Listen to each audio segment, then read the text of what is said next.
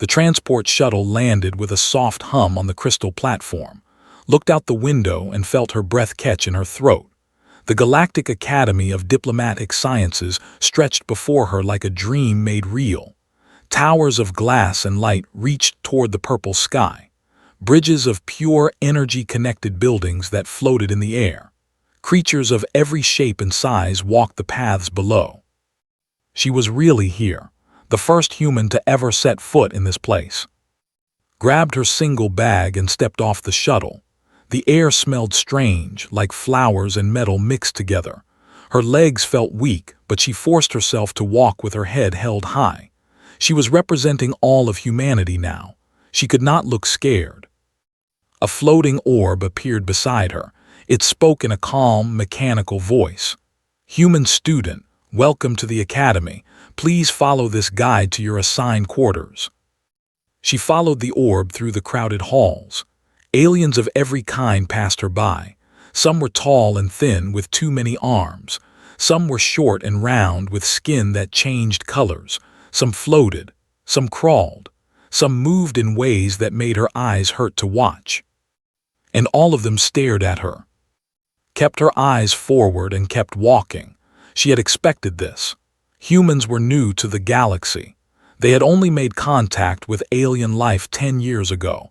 Most species had never seen a human in person before. The orb stopped at a door made of shimmering light. "Your quarters. Your roommate is already inside. Please enter." Took a deep breath and stepped through the door. The room was larger than her entire apartment back in. 2 beds floated near the walls.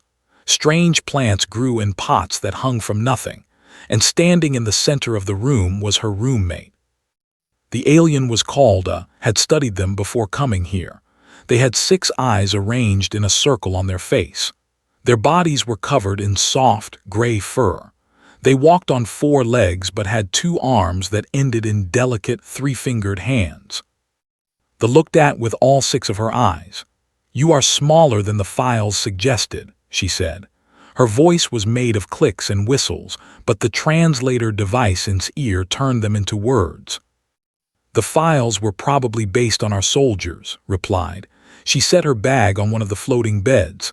"I am not a soldier." "What are you, then?" Thought about the question. Back on Earth, she had been a kindergarten teacher. For 5 years, she had worked with small children. She had wiped their noses when they cried. She had broken up fights over toys. She had convinced them to eat their vegetables and take their naps. She had held them when they were scared and cheered for them when they succeeded. It was not a glamorous job. It did not make her rich or famous, but it had taught her things that no classroom could teach. It had taught her patience. It had taught her how to stay calm when everything around her was chaos. It had taught her how to be strong without being loud. "I am patient," finally said. The blinked her 6 eyes in a pattern could not read. Patience is not a profession. "You would be surprised." They made a sound that might have been a laugh. "I am called. I will be your roommate for the next cycle. I hope you survive that long." Raised an eyebrow. "Survive." Walked to her own bed and began arranging her belongings. The Academy is not an easy place for newcomer species. The older races do not like sharing their power. They will test you. They will try to break you. Many students from young species do not last more than a few weeks. What happens to them? They leave, they give up. They go home and tell their people that the galaxy is too hard, too cruel, too dangerous. Looked at her with something that might have been pity.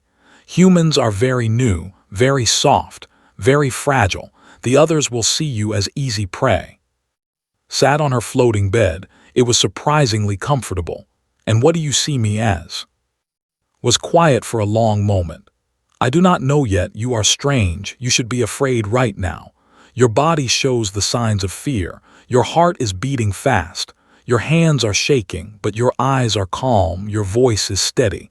It is confusing." Smiled. "I am afraid. I have been afraid since I left Earth. But fear is just a feeling. Feelings pass. They do not control me unless I let them." Eyes blinked again. "That is a very strange way to think." "Maybe, but it has kept me alive so far." That night lay in her floating bed and stared at the ceiling. Through the window, she could see 3 moons hanging in the sky. They were beautiful and terrifying and completely alien. She thought about her grandmother back on Earth. The old woman had raised her after her parents died. She had been strict and kind and full of strange wisdom. "Fear is like a dog," her grandmother used to say. "If you run from it, it will chase you. If you stand still, it will bark and bark until it gets tired. And if you look it in the eye and tell it to sit, sometimes it will obey." Did not know if she could make fear obey her, but she knew she would not run. She had come too far for that. She closed her eyes and let sleep take her. Tomorrow, her real training would begin. Tomorrow, she would start learning what it meant to be human in a galaxy full of monsters. She was ready. Or at least, she would pretend to be until she actually was. 3 weeks passed at the academy, learned many things. She learned that the food in the dining hall came in 700 varieties, but only 12 were safe for humans to eat.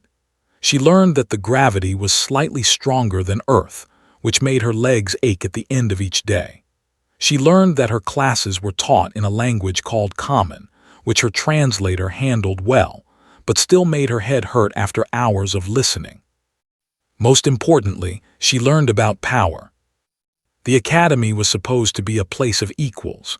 Students from 47 species walked its halls, all learning together, all preparing to become diplomats and ambassadors.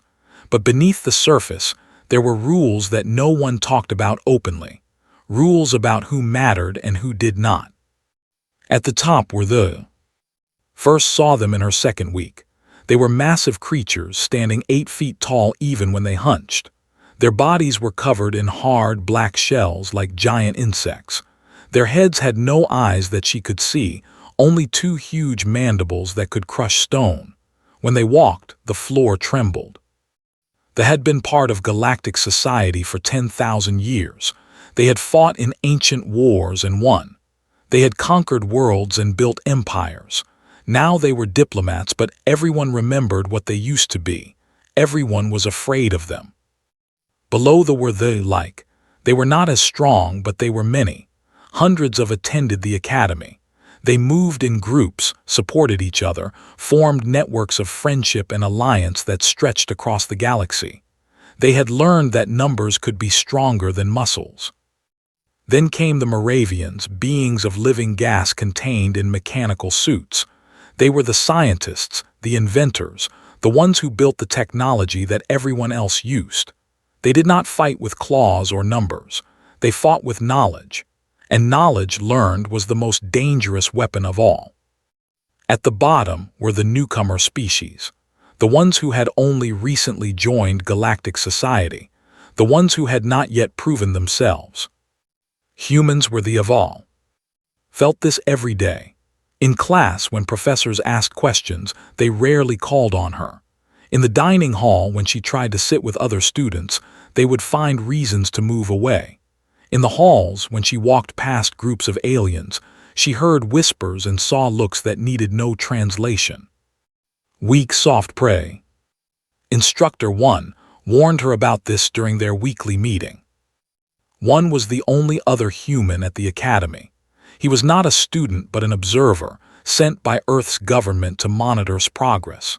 He was an older man with gray hair and a face that had seen too many hard years. He had been a soldier once, then a diplomat, then something else that he never talked about. "They will test you," he said, sitting across from her in his small office. "Not with violence. The academy forbids that, but there are other ways to hurt someone, other ways to break them." "What kind of ways?" "Fear displays, intimidation rituals, challenges to your status." He leaned forward, his dark eyes serious. "They are famous for this. They believe that any species worth respecting should be able to face fear without breaking. They will find ways to scare you. They will try to make you run or scream or beg." "What should I do when that happens?"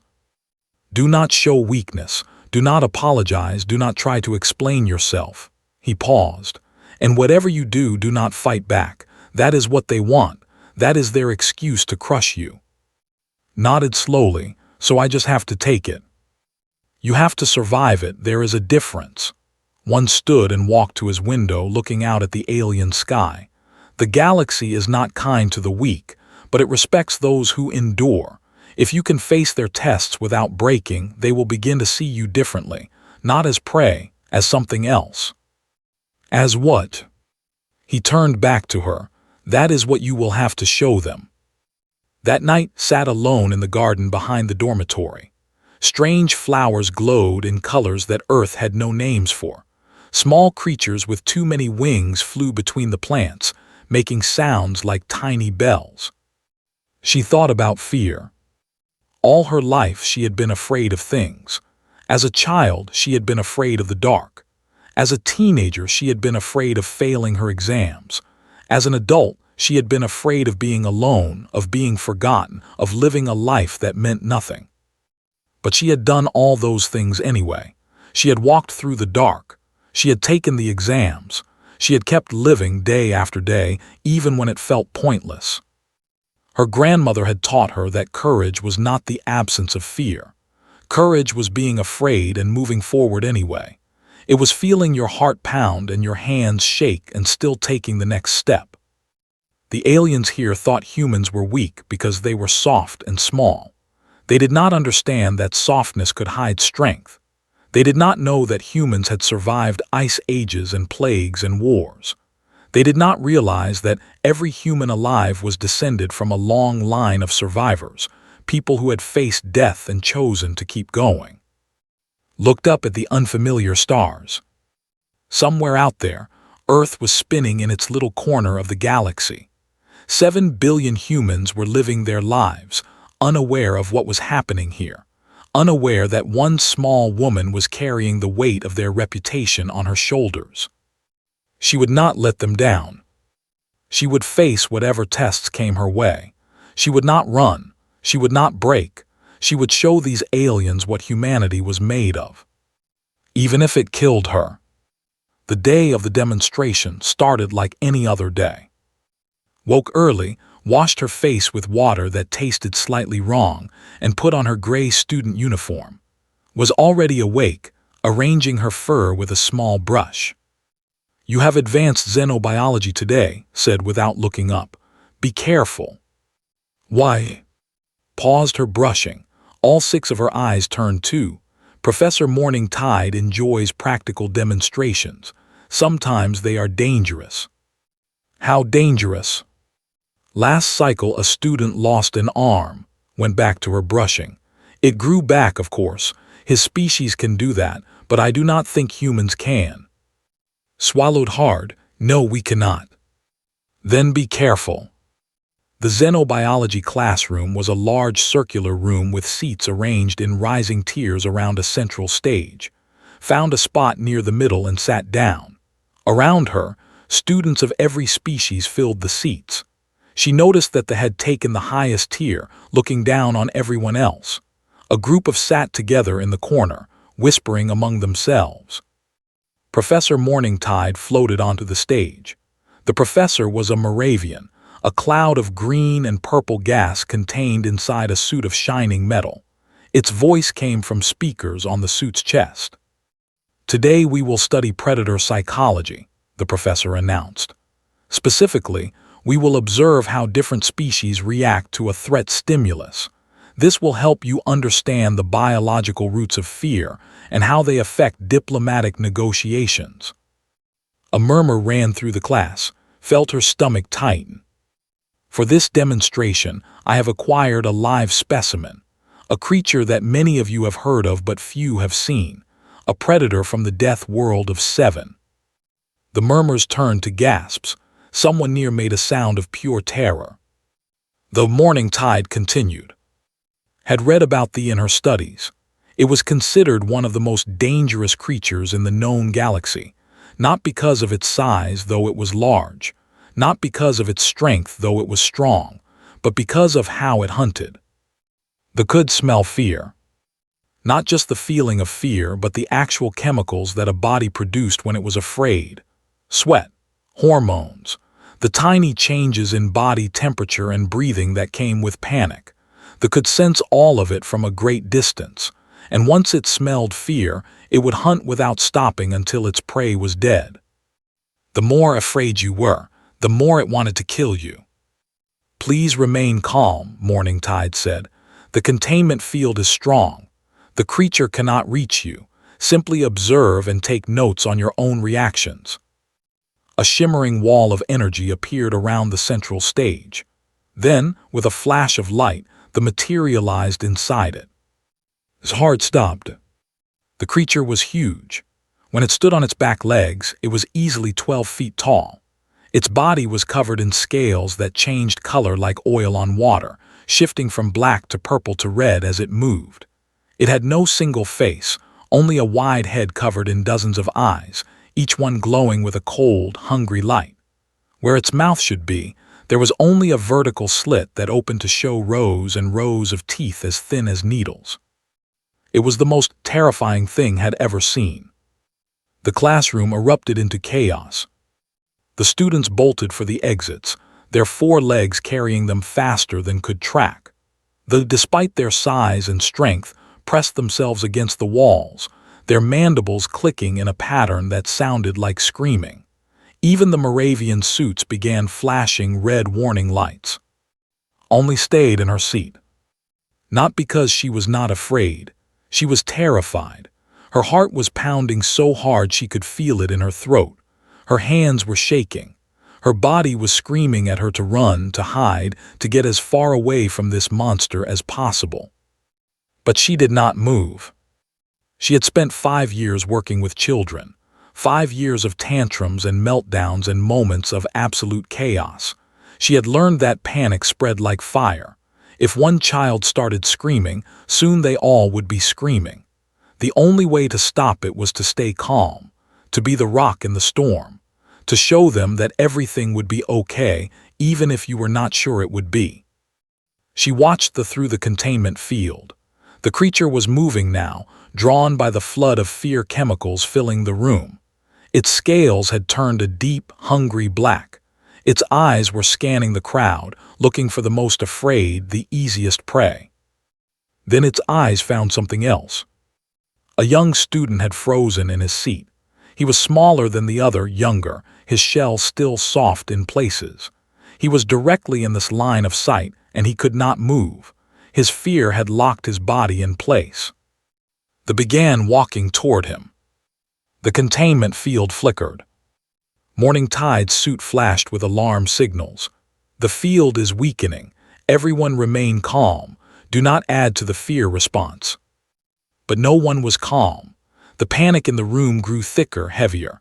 The fed on it growing more aggressive, pressing against the field. The young student made a sound like a dying animal. Stood up. She did not think about it. She did not plan it. Her body simply moved, carrying her down the stairs toward the stage, toward the monster that could smell her fear, toward what might be her death. Behind her, someone shouted for her to stop. She did not stop. Walked toward the containment field. Each step felt like it took a year. Her legs were heavy. Her body was screaming at her to turn back. Every instinct she had, every million years of evolution that had kept her ancestors alive, was telling her that she was walking toward death. She kept walking. They noticed her immediately. Its dozens of eyes turned away from the frozen student and fixed on her. She could feel its attention like a physical weight, pressing down on her chest, making it hard to breathe. The creature inhaled deeply. Its nostrils, hidden somewhere in its strange face, flared as it searched for her fear. And there was fear, so much fear. His heart was beating faster than it had ever beaten before. Her hands were cold and wet with sweat. Her stomach was twisted into knots.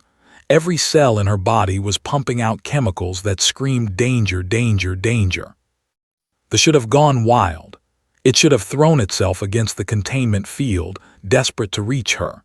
It should have seen her as the easiest prey in the room, a small soft creature soaked in terror. But something was wrong. The creature hesitated. stopped 3 feet from the containment field. She was close enough to see the individual scales on this body, close enough to count its teeth, close enough that if the field failed, she would die before she could take a single step back. She looked up at the monster, and the monster looked down at her. For a long moment, nothing moved. The classroom was silent.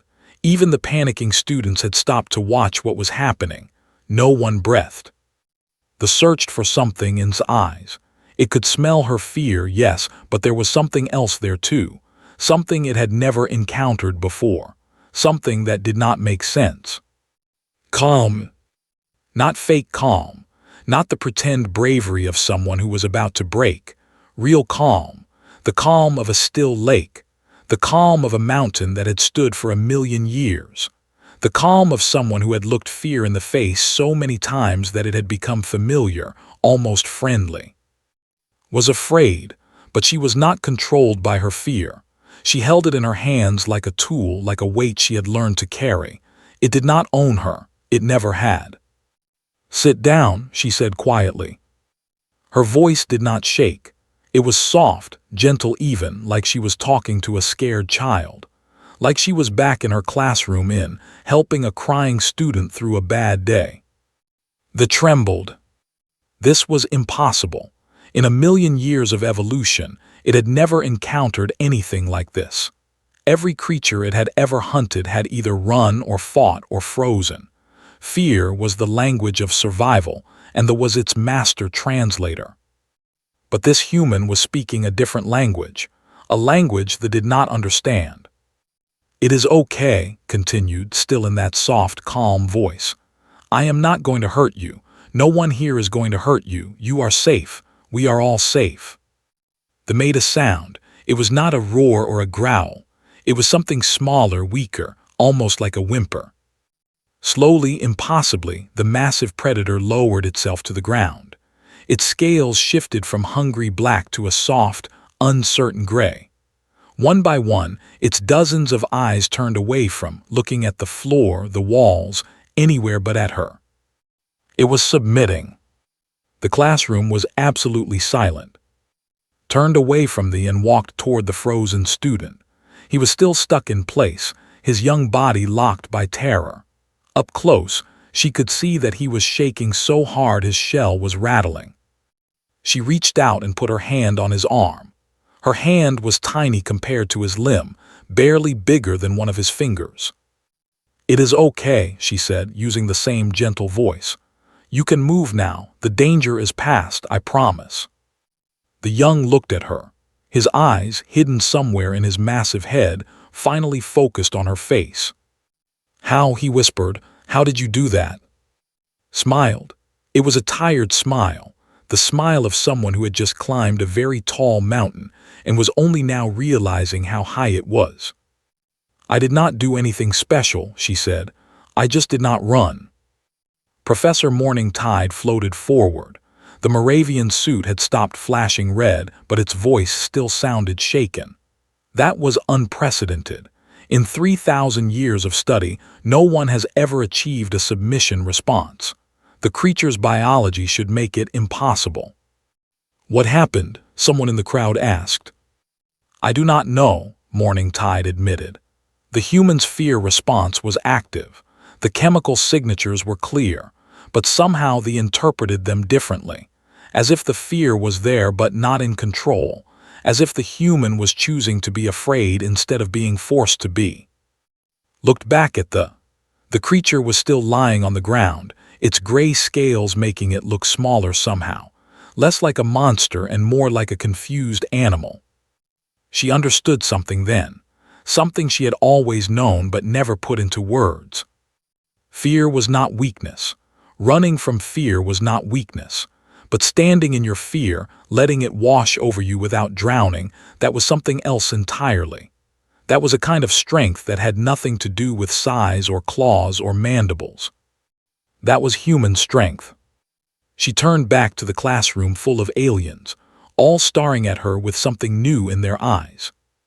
It was not pity anymore. It was not dismissal.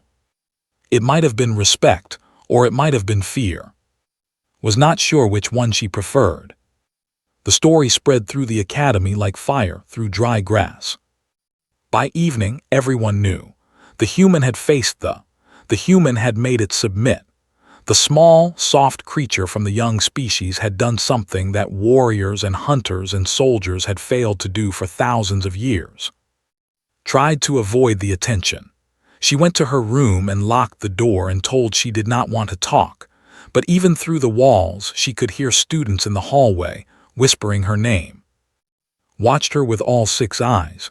You did something impossible today. I did not mean to, said. She was lying on her bed, staring at the ceiling. Her body felt empty, like all her energy had drained away. I just moved. I did not think about it. That is what makes it so strange. Walked to her own bed and sat down. Most species, when faced with a threat, have one of 3 responses: fight, run, or freeze. It is biology. It is instinct. We cannot control it. Humans have those instincts too. Yes, but you did something different. You were afraid, but you moved toward the danger instead of away from it. You were frozen inside, but your body kept walking. You fought, but not with violence.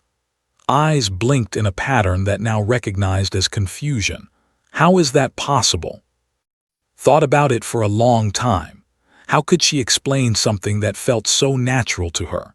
How could she put into words what her grandmother had taught her, what her years of working with children had shown her, what being human had built into her bones? We practice, she finally said. Practice what? Being afraid and doing things anyway. Sat up and looked at her roommate. On Earth we have a word for it: courage. But courage is not the absence of fear. Courage is being so afraid you want to scream and then choosing to take the next step anyway. We practice it from the time we are children. Every time we face something scary and do not run, we get a little better at it. Was silent for a moment. That sounds exhausting. Laughed. It was a tired laugh, but it was real. It is. It really is. The next morning, found Instructor 1 waiting for her outside the dormitory. The old man's face was hard to read, but there was something different in his eyes, something that might have been pride. Walk with me, he said. They walked through the gardens together, past the glowing flowers and the tiny flying creatures. The academy was quiet at this hour, most students still in their rooms. You have changed things, one said. The other species are asking questions about humans now, not about our weapons or our technology, about us, about how we think, about what makes us different. I did not mean to cause trouble. You did not cause trouble, you caused respect. One stopped beside a pool of water that glowed softly from within. For 10 years, humanity has been trying to prove itself to the galaxy. We have shown them our ships and our science and our art, but none of it mattered. They still saw us as young and weak and unimportant. And now they are not sure what to think. He turned to face her. Thee is the most feared predator in known space. It has killed beings far larger and stronger than you. It has hunted species that have been spacefaring for millions of years, and you made it lie down with nothing but your voice and your eyes. Shook her head. I did not do anything special, I just did not run. That is what makes it special. One put his hand on her shoulder. His grip was gentle but firm.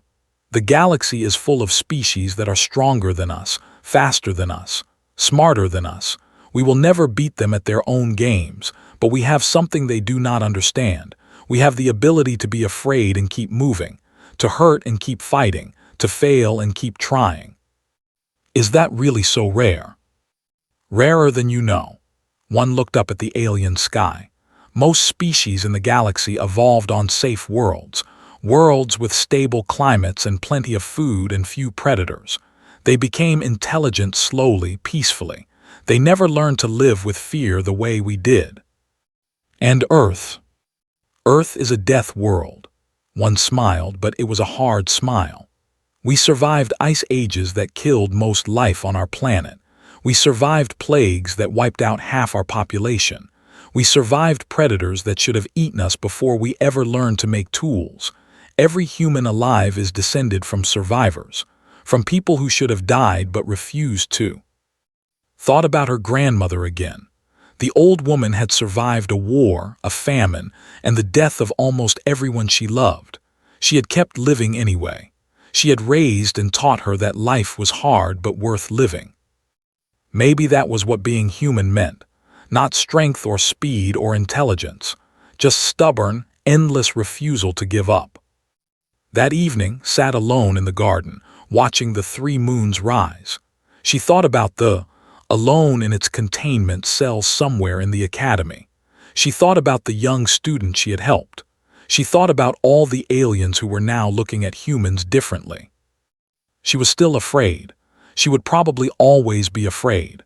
The galaxy was big and dangerous and full of things that could kill her without even trying. But she would keep walking anyway. That was what humans did.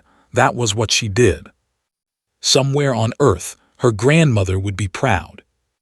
And somewhere in the academy, in a containment cell that had never held such a creature before, the lay curled in the corner. For the first time in its existence, it was experiencing an emotion it had only ever caused in others. It was afraid. Not of claws or teeth or weapons, not of anything it could fight or hunt or kill. It was afraid of a species that could look into the eyes of death itself and quietly say, "Sit down." And that, perhaps, was the most terrifying thing of all.